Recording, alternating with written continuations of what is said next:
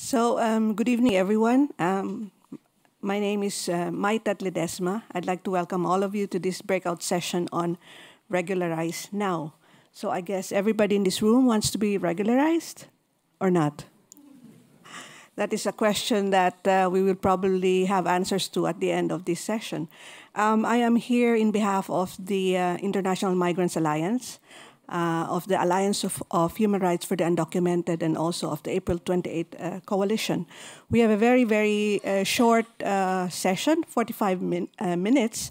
So I appeal to our speakers and to all of you as well to be very brief with your interventions, to be very focused with your questions, so that we can maximize the time for our discussions and inputs. So before we start the session, I'd just like to mention a few house rules for everyone so that we can manage the session efficiently. So the first is that in order to be GDPR compliant, we would like to inform you that this session is being recorded. So if there are any of you here who would not like to be part of the official documentation, maybe you could occupy the spaces at the back and otherwise inform the organizers about it. Secondly, you will also have a chance later on, the second part of the program, to ask your questions from our speakers, and also to share your comments and your thoughts on what has been said here. Arno and Hilya, yes, will be running around with the microphone. So just raise your hands if you want to have an input. And thirdly, there will be a translator for our Spanish speakers, guest speakers. So Toby, is it Toby? Yes. We'll be providing the interpretation into English. Thank you, Toby. To open this session, I would like to welcome all of you who, in one way or another, are working and advocating for more inclusive societies, and societies that embrace solidarity and equality, societies that recognize the rights of all its inhabitants, including and especially the most vulnerable communities of migrants, refugees, displaced peoples, and many other marginalized groups. In many European receiving countries, the issue of equal citizens' rights for migrants, for refugees, and displaced peoples is both challenging and contentious. But many affected communities have been organizing and campaigning for decades now to be recognized as law-abiding citizens, members of society who have been contributing to its prosperity and progress.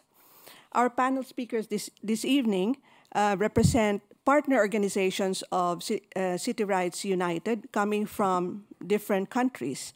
In the first part of our session, they will share with us in broad strokes their campaigns, the key components that have contributed to the success of their campaigns, the challenges and obstacles, lessons learned, and all in 5 minutes. And the second half of the session, we will talk about the way forward, how to be more impactful in our work in different arenas, thinking and acting locally and globally in building solidarity and advocating for inclusivity and equal citizens' rights. So our first speaker for this evening is Fernando Chironda. Is Fernando around? Oh, there you are, Fernando. Thank you. Fernando is originally from Mozambique. Fernando currently lives in Brussels, in Belgium. He works in capacity building and outreach for the Center for European Volunteering. As Executive General Secretary of the Comitato 3 Octubre, a nonprofit organization that was established in the aftermath of the October 3, 2013 shipwreck that claimed the lives of 368 people off the coast of Lampedusa Island in Italy. Fernando has been involved in a campaign to declare the 3rd of October as a National Day of Remembrance in Italy. Fernando is now participating in the Obama Leadership Program. Fernando will show some slides of his presentation. Fernando, thank you. Yeah, thank you very much, and it's I feel very welcome in this, let's say, familiar sort of setting. I'm gonna show the slides because I do prefer to just talk since we have also 5 minutes to present a lot of things. But I'm going to show you at the end 1 minute video that kind of summarize a little bit what we do. She already presented me in a more broader way, just 2 words that I would just add into it. In this space, I'm coming as a co-founder and also the general secretary of Comitato del Ottobre, which is the Italian organization based in Italy, in Rome. We work mainly on migration issue. So, and my task basically here today was more to kind of talk to you or discuss together what would be, why we organize, why we need to organize strategic campaigns, why about strategic campaign. And I think this is a very important question, especially when we talk about campaigns that are basically to change systematic problems regarding migration or in general, let's say, around minorities.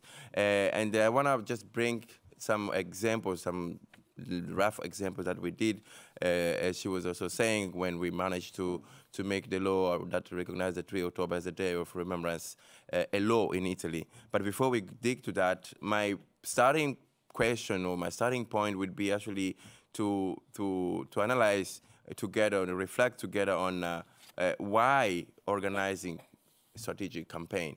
And I think this is a really very key question when we are designing our campaigns, when we are thinking about something, because most of the time when we think about campaigns, we think about, let's say, we design them having, let's say, a timeline and sometimes focusing on one issue, which is not bad per se, but the fact that we need to take into account that if we are talking about systematic problems, solutions are also much longer, and they require a lot of different steps, strategically steps.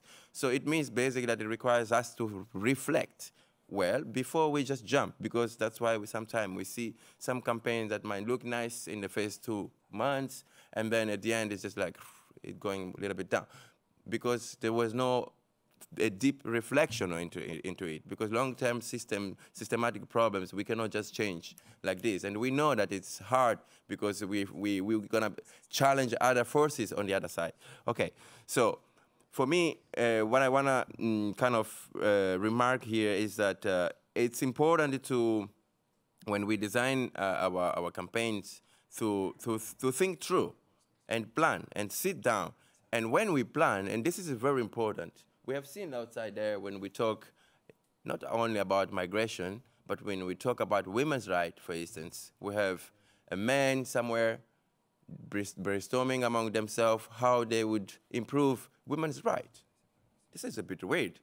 When we talk about migration, we have people sitting somewhere and planning how they would make migrants more integrated. But where are the migrants? Where are the women's? I mean, this is very important to think of. When we are planning our campaigns, it's important also to take care of these elements. So since I don't have much of time, I would talk for hours about campaigning, because it's something that I really love, and give you some tips and strategic tips that I really would love to share with you, but we don't have that time. So what I'm going to do is just go straight to a concrete example. In 2013, we had a shipwreck in Italy. I think most of you have heard at least that, because it was all over Europe. We had all Europe leaders in Lampedusa crying their crocodile, voila, and promising that it would never happen, but that, of course, didn't happen. So what we did was basically to sit down together with some friends and look to the situation, and that's where you guys need to start thinking when you the tips that I'm going to put in my speech now when it comes to campaigning, strategic campaign. So we sit down, we start thinking, well, this is something insane. Of course, we were all shocked. Everyone would see these bodies. We're shocked. Of course, you're reacting like instinctively, but we need to think strategically. So what we thought, well, okay, if we just now say, no, this has to stop, what's going to happen? That's going to be a campaign idea, right? What's going to happen is that people are going to say, for that moment, because everyone is crying, is hungry, yes, yes, yes. But what's going to happen after 6 months, 1 year? Are they going to be on the same page? Of course not, because the level of engagement is going to be less, the tension, the momentum is gone.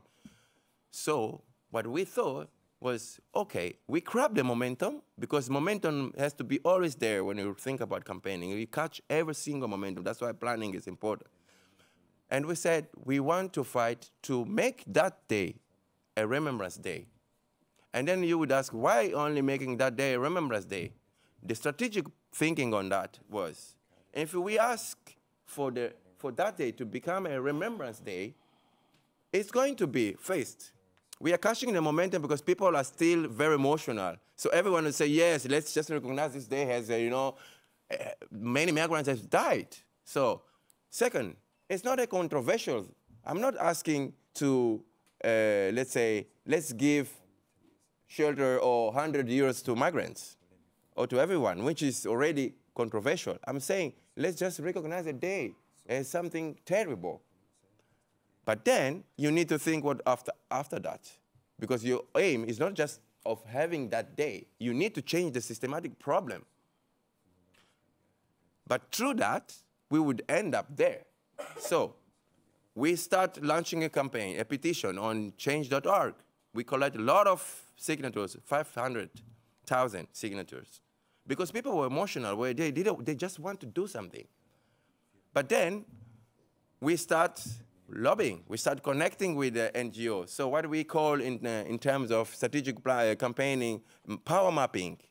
You know where you are, who is the one that has the power to change your topic, but you know also that it's not easy to reach to that. In our case, because we want a law, it means in Italy we have two chambers. We have the Senate and then we have the normal chamber. So we need to convince all these people to get into our board. Well, it's not easy, of course. So what we need to do is to make sure that they feel the pressure, not from us, but from people.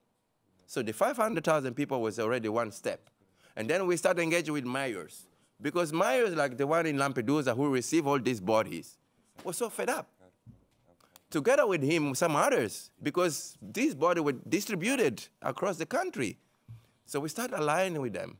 Hey, help us. They know who is more influential in the parliament. They work together. They know who is where. So this one became our vehicles in terms of alliance. But most important, as I said, the aim was to have the law, but for something much bigger, which we are still working on it. And that thing was, if we manage to get the law, it means a law. So recognize the day of remembrance, it means that the country, for that day, will just stop and reflect about what happened. This is the main thing that we put in there. If we reflect, it means memory. It means we can teach our young generation about what happened. And when you talk about what happened, you talk about the condition, why they died just a few miles from us.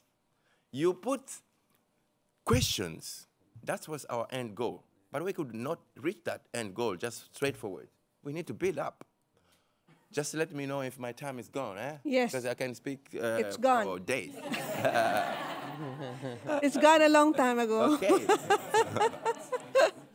So anyway, I'm just going to wrap up saying, as I said, I mean, there would be a lot of things to discuss. I'm just going to wrap up just putting some, let's say, headlines about when we are defining a strategic campaign that we need to take into account, apart from what I said already, is, well, of course, identifying the problem. Identifying the problem, it means making the whole analysis, as I was saying before. Talk about stories of people, because what helped us there was people. It's not just about, hey, these people died. The survivors were with us. We were taking them everywhere. Storytelling, real stories, islands, map all your islands, and the momentum. Catch every single moment. The one in 3 October was one, and then we had a lot of many others in the long run of the process. So this is part of the thing that I can share with you. And now we work, as the first words to close my speech, now we have a network of 50,000 students across 20 countries in Europe. We work together with more than 35 national and international organizations that support us in many different ways. we every year organize on the 3 October, the Day of Remembrance, where we bring all these people together in Lampedusa with survivors and their relatives to commemorate, as it should be, that day as such, as a day of remembrance. And in that day, we bring different stakeholders, including institutions, but mainly we have families of the people who already passed away. So anyway, this is where I'm going to show you the video. It's a 1-minute video, and then I'll close with that. Thank you very much, and sorry for taking time. Thank you very much, Ferdinand.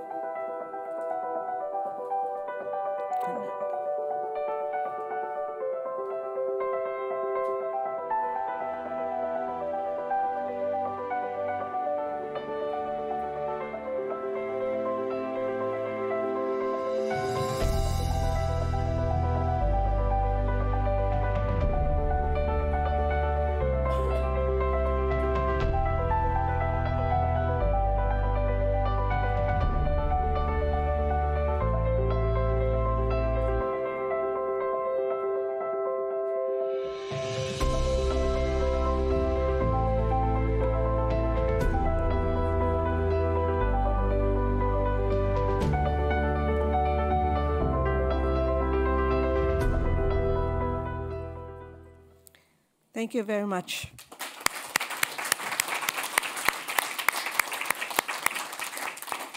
I would like to go straight now into, with our second speaker, and maybe we can go back later to the important takeaway points from Fernando's input. Our second speaker is Shanturu Premkumar. Shanturu is a non-binary BIPOC, a refugee parent, an anti-oppression trainer, a human rights activist, and a climate justice campaigner also based in Brussels, in Belgium. Shanturu will share with us important aspects of their campaign called In My Name.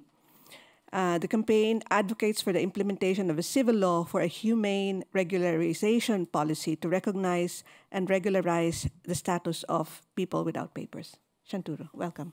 Thank you so much.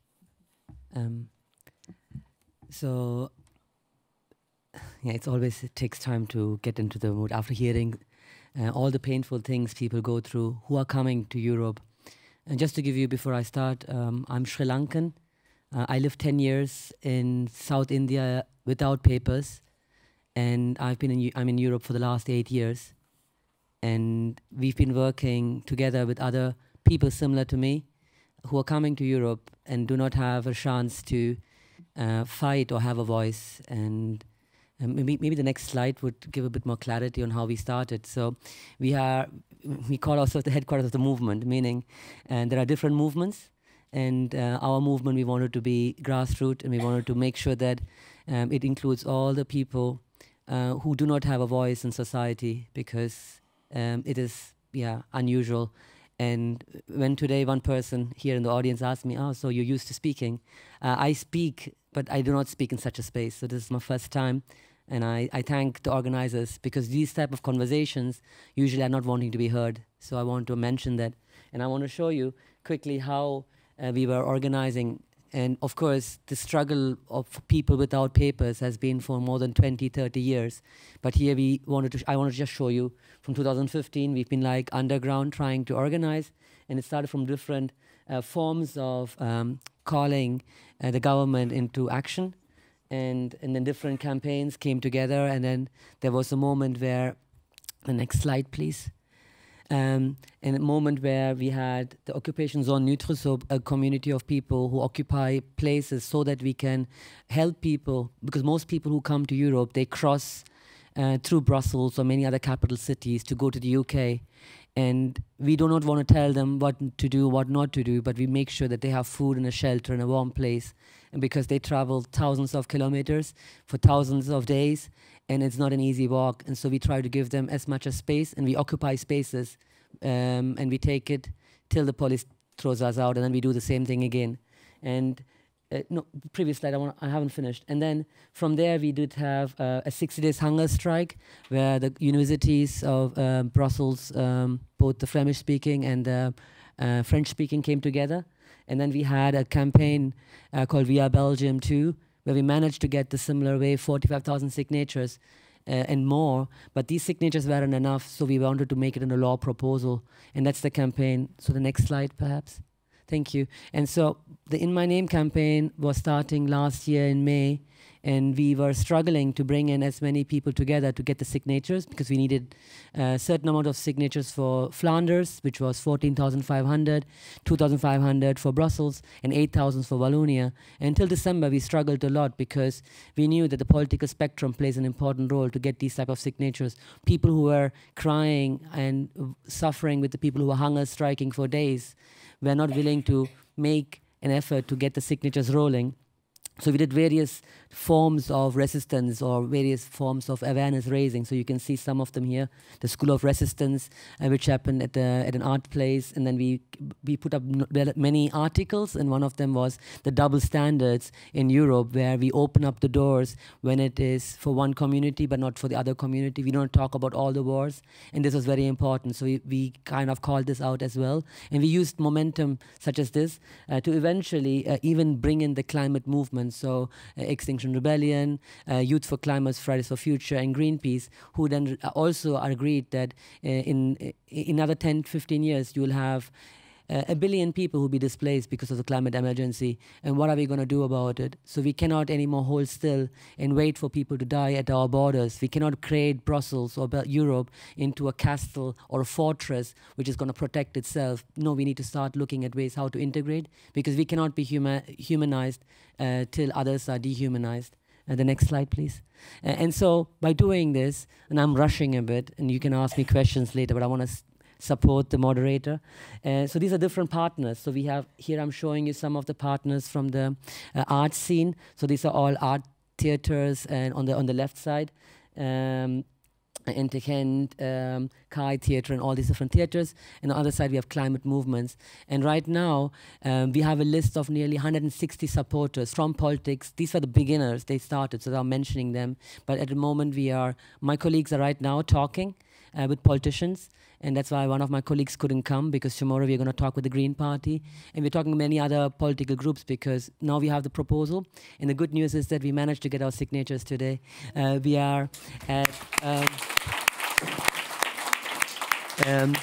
we haven't made it official yet in Brussels. We're only talking to our partners about it, because we are still continuing the momentum, because the Parliament wants to make our votes or signatures invalid. So we have at the moment 16,000 signatures in Flanders, 4,500 signatures in Brussels instead of 2,500. And in Wallonia, which is the south of Belgium, we have 11,000 signatures instead of 8,000. So this is a huge success.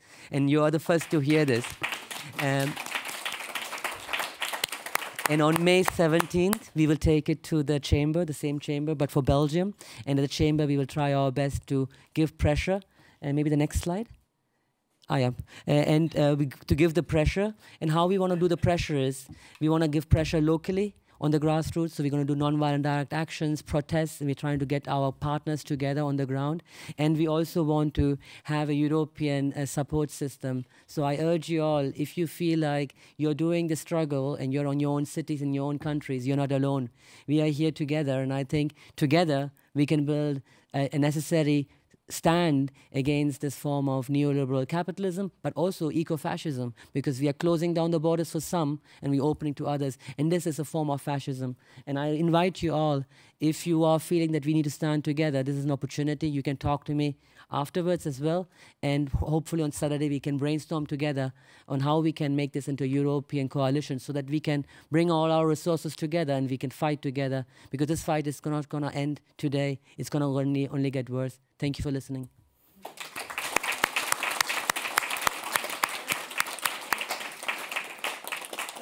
And thank you for the solidarity with the moderator. Our third speaker is Abdoulaye Papalaye, SEC.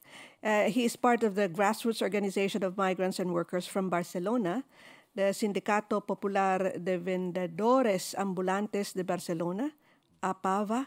Their economic entrepreneurship project is called Top Manta, which tries to develop ways to make street selling for migrant communities more successful by creating their own brand products, putting up their own shops, and organizing their own union. Papalaya is also actively involved with Top Manta's regularization campaign to give rights to undocumented peoples to work legally and to be part of the life of the city in Barcelona. Welcome, Papalaya. Thank you so much. Intento hablar español porque no sé si muchos entienden español, pero mi inglés no es bueno. I'm going to speak in Spanish. I'm translating directly in case you get confused. My English isn't so great.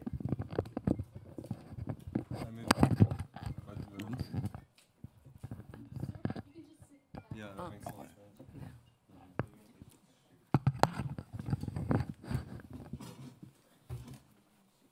Thank you. Hello. Buenas tardes a todos y todas las que estamos reunidos aquí en esta sala. Good evening to everyone that's here today in this room. Empezó a tocar un poco el tema que estamos trabajando sobre la regularización ya allá en España. I'm going to speak a little bit about this theme that we're working on in Spain, about the regularization. Es un movimiento que se ha lanzado durante esos tiempos de la pandemia. It's a movement that was launched during these times of the pandemic. Lo hemos empezado en el año 2020 durante el confinamiento, que hay un artículo de la ley en el Estado español que dice en esta época que permitiría a las personas que se accedan a la regularidad para poder acceder a la sanidad y también poder participar en el desarrollo de la agricultura, todo el trabajo que era esencial en esa época. Okay, so we started in 2020 with the confinement. There was a kind of a change in the law where people in a regular migrant situation could access some health services and participate in the in the economy in some sectors, for example, agriculture. Y bueno, como en ese momento cuando lo hemos empezado a trabajar, lo hemos hecho de una manera que rompe también, ¿no?, con todas las reglas de la ley de extranjería, y cuando se presentó en el Parlamento, como entendemos de que en los estados europeos, como sobre todo el Estado español, sigue estando a favor de estas leyes de extranjería que muchas veces impide la vida normal de las personas inmigrantes, las que no llegan a tener los documentos todavía. It's quite a challenge in the context of Spain, because many of the laws which are against migrants, that make the life very difficult, these laws are European, but also Spain is one of the countries that supports them the most. Y bueno, en este año ya se votó, se llegó al Parlamento español, se votó, no se aprobó, como las que votaron contra eran la mayoría, con los partidos de extrema derecha y el partido que gobierna también son casi de derecha. So there was a votation this year. Sadly, frustratingly, the vote did not go in favor of this access to health and employment. And the far-right parties, the right party, which is the majority, they voted against this motion. Y después de eso ya se ha visto también la posibilidad de lanzar lo que se llama la ILP, la Iniciativa Popular, ayúdame, legislativa, perdón. Sí. So now there's a new opportunity to launch the popular initiative. What was the third? Legislativa. The Popular Legislative Initiative. Y como eso, la posibilidad que nos da es recoger los 500,000 firmas. Y también ahí hay complicaciones porque no nos han dejado de poder hacerlo online. Se puede hacer en papel. Eso hace que, claro, para llegar a los 500,000 es súper complicado. Yeah. Pero estamos trabajando ahí. Ahora mismo tenemos como unos, más o menos, un poco más de 150,000. 150. Okay, so with this popular legislative initiative, it allows the people to to actually make a law, that proposal for a law in Spain, if they can get 500,000 signatures. And what's made it difficult is that these signatures need to be physical paper. They're not allowing for online signatures, but already, Sí, 150. they already have 150,000 signatures. Y hasta el septiembre tenemos que llegar They have a los 500,000. Until October to arrive to 500,000. Y el tema, pues como el tema de la regularización, estamos ahí, estamos hablando, todas las organizaciones que estamos aquí sabemos también que es un tema esencial y por lo tanto nosotros consideramos de que no es solamente ya responsabilidad, como lo decimos, de los inmigrantes, porque los inmigrantes todavía, como vemos, se ha montado en España, no les dan el acceso de poder sumarse de los que firman. Porque los que tienen DNI, como el que no llegan a tener la nacionalidad, no pueden firmar. Yeah, so this is not just the responsibility of migrants. In fact, many migrants can't even make the signature happen. It's really a collective effort amongst all the citizens, all of the people who do have a kind of registration, let's say, to make this happen. Y el tema es como un problema muy general, ¿no? Que pasan en muchos países en Europa. Tal vez cuando sales de Europa no hay mucho problema de migración entre países occidentales, Europa, Estados Unidos. So this is like a very general problem that's happening in many Western countries, European countries, the United States. Y bueno, como ya el tiempo es corto, trato de sí, como ese tema ya todos estamos hablando, pero yo quiero tocar un poco de dignificar lo que es la vida de las personas en general. Porque las personas que sean de donde sean, que se emigran de un país a otro, han nacido donde tienen un registro, tienen su tarjeta de identidad.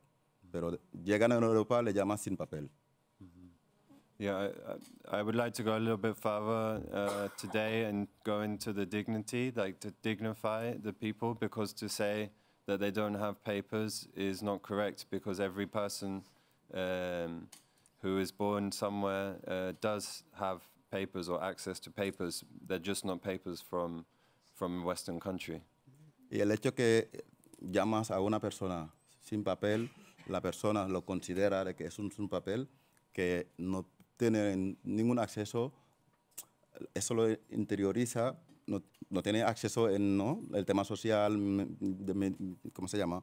Sanitario, todo el tema, pero dentro de esto se lo interioriza y se lo vive de una manera como si es diferente de las personas y es igual de todas las personas. Lo que sí es de la diferencia de que tiene un papel de un país, el otro tiene papel de ese país donde está. So it can happen that people without papers can feel like inferior, or that they're just like labeled paperless, like that's their identity, paperless. And this is, well, incorrect. And pues mi mensaje es como va hacia que las ciudadanías europeas, que también es su responsabilidad que formen parte del cambio que el mundo quiere ver de la situación de los inmigrantes en general. Bueno, aquí me cierro. Muchas gracias. okay. Muchas gracias. Maybe you want to know what was said, or maybe you Yes. understood. We do want to know what was said, please. So, yeah, the message is... ¿Sí lo repito? Sí, por favor. Bueno, digo como... No, I remember now. Yeah?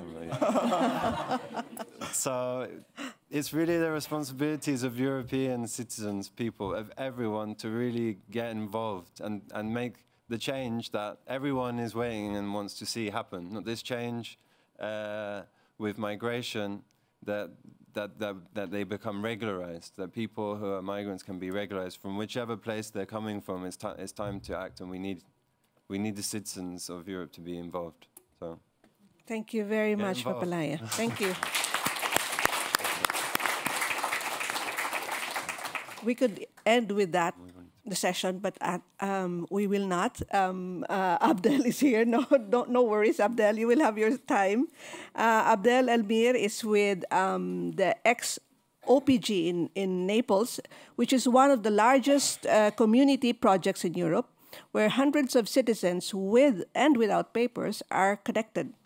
They also run a migrants help desk and a people's labor center. So Abdel will share with us tonight what they are doing with their project. Why is it so successful?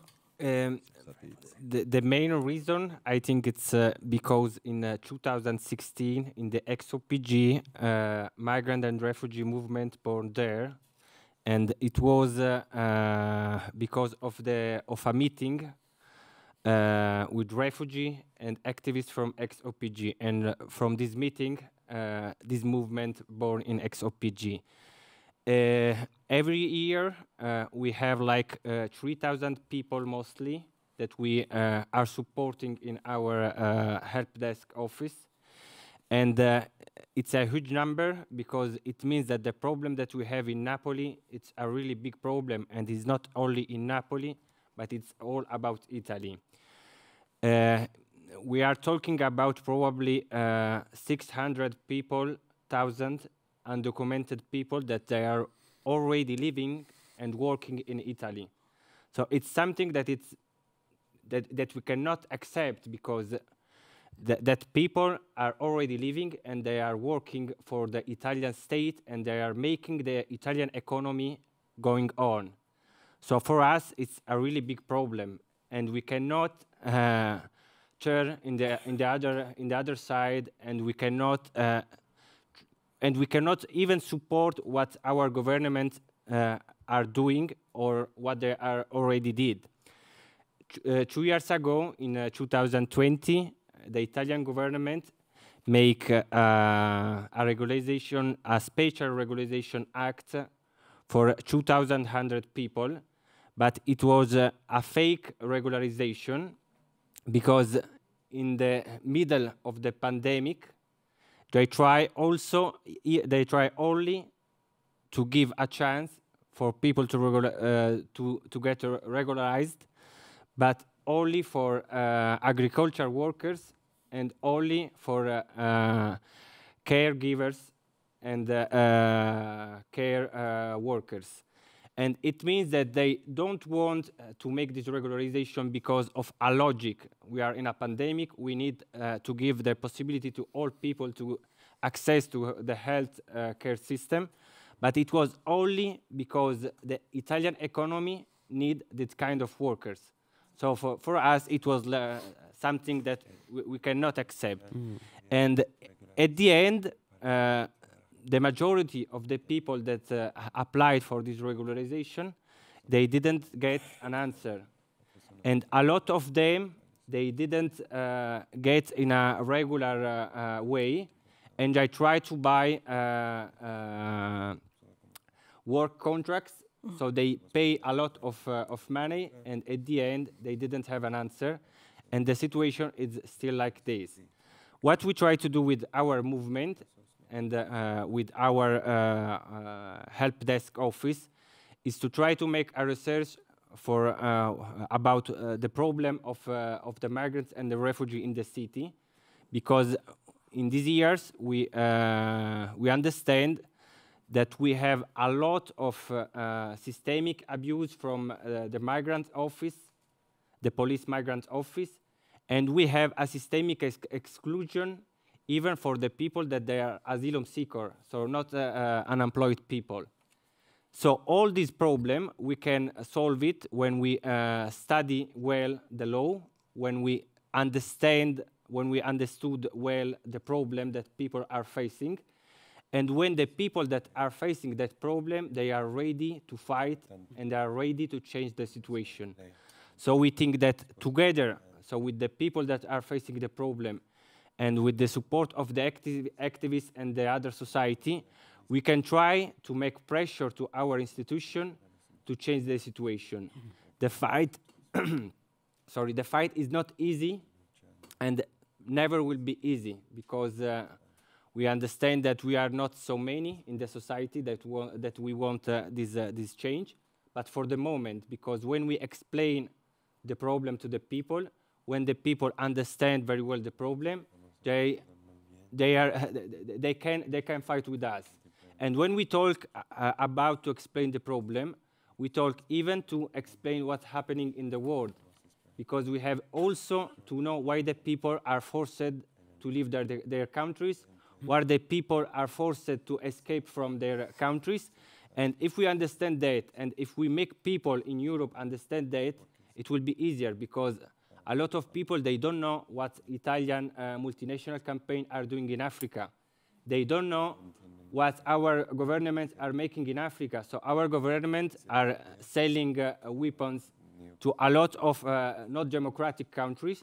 They are supporting war in a lot of places in the world, and they are supporting the looting and the devastation of a lot of places in Africa and in the third world. So if we don't explain this, if we don't make people understand this, I think it will be very hard for us to make a fight that can connect real the people.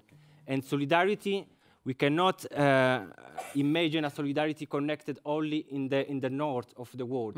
But we have to start to try to connect the solidarity even with the south in the world. Thank you. Thank you.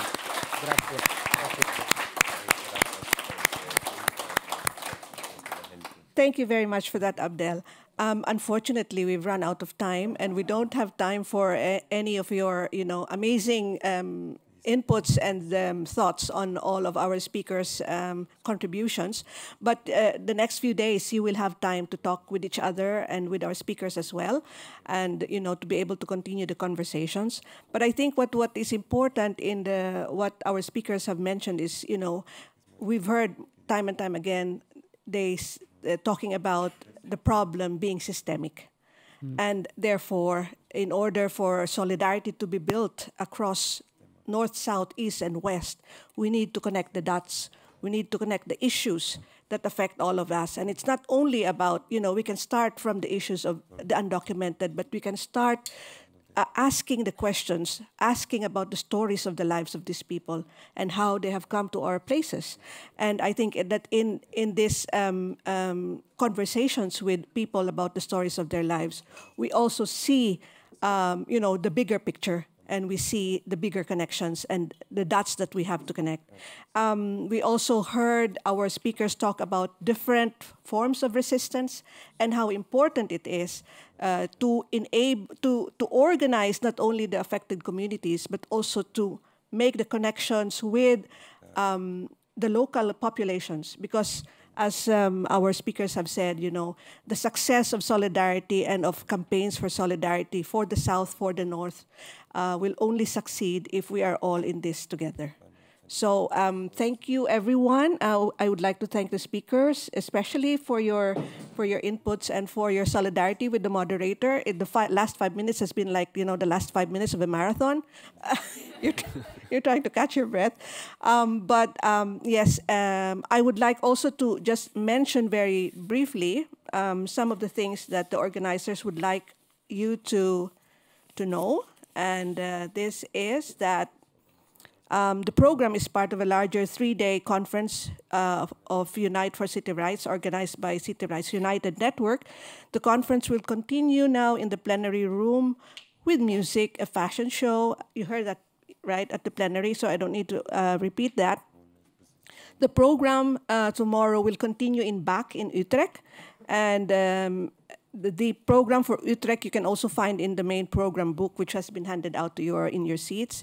The organizers would also like to ask you to sign the registration form downstairs, so don't forget to do that if you haven't done that yet. And because this is important for funding, and your data will not be saved, nor by third parties used, so GPDR.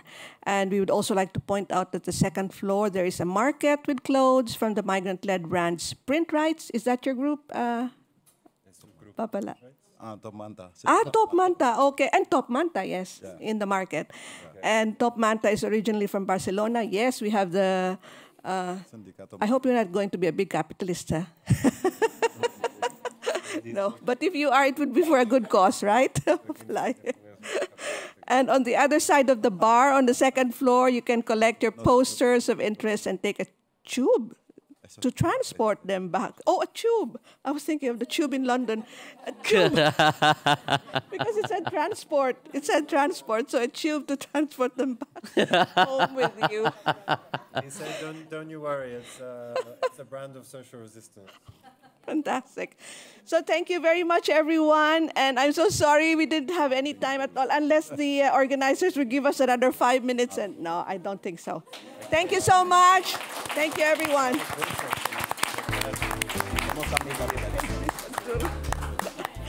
Thank you. Thank you. We have to work together. Cool. Yeah.